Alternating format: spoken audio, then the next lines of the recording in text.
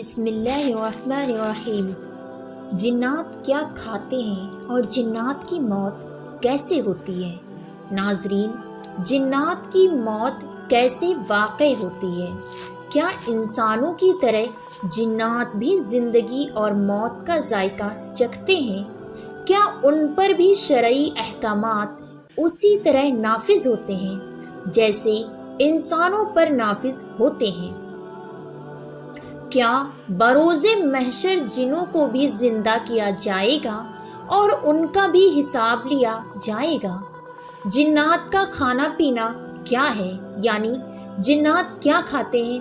یہی ہماری آج کی ویڈیو کا موضوع ہوگا، اور آج ہم آپ کو بتائیں گے کہ جنات کی کتنی اقسام ہیں اور جنات کون سی مختلف شکلوں میں پائے جاتے ہیں۔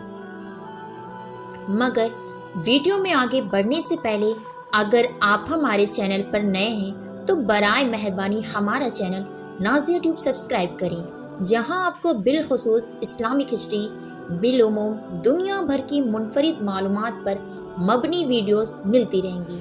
ناظرین، جن کا لغوی معنی ہے چھپی ہوئی مخلوق، اسلامی عقیدے کے مطابق ایسی نظر نہ آنے والی مخلوق جس کی تخلیق آگ سے کی گئی ہو، جبکہ انسانوں کو مٹی سے اور ملائکہ یعنی فرشتوں کو نور سے پیدا کیا گیا ہے، اور جنوں کو جس آگ سے پیدا کیا گیا ہے اس کو افسفافو کہتے ہیں۔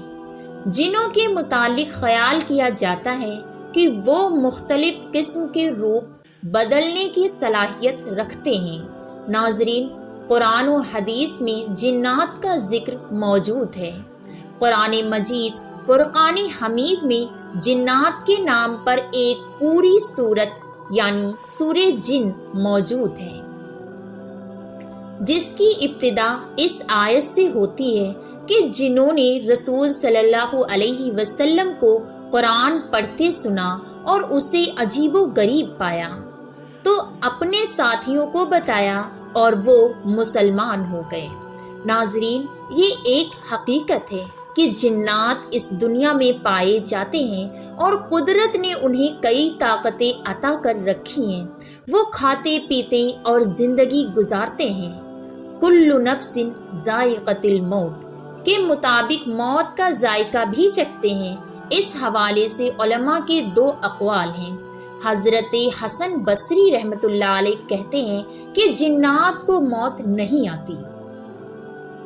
ان کے مطابق جنات کو بھی اسی طرح مہلت دی گئی ہے جس طرح ابلیس کو دی گئی ہے۔ ابلیس بھی جنات میں سے ہے، لہٰذا یہ مرتے نہیں، لیکن ان کے پاس اس بات کی کوئی دلیل نہیں۔ ناظرین، قرآن مجید فرقان حمید میں اللہ تعالیٰ نے جنات کی موت کا ذکر کیا ہے۔ جنات کو باقاعدہ موت آتی ہے۔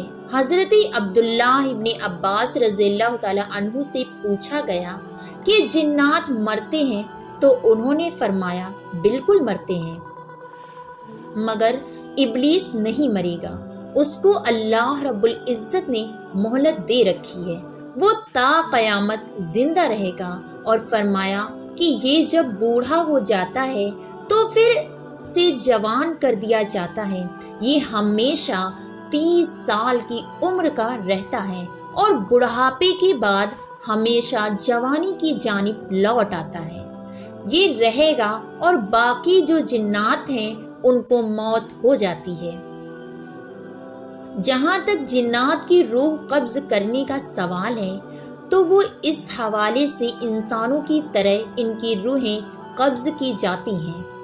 اس پر حضرت علی کرم اللہ وجہ الکریم نے ارشاد فرمایا کہ شخص یاد رکھنا، ہر نفس کو موت کا ذائقہ چکھنا ہے۔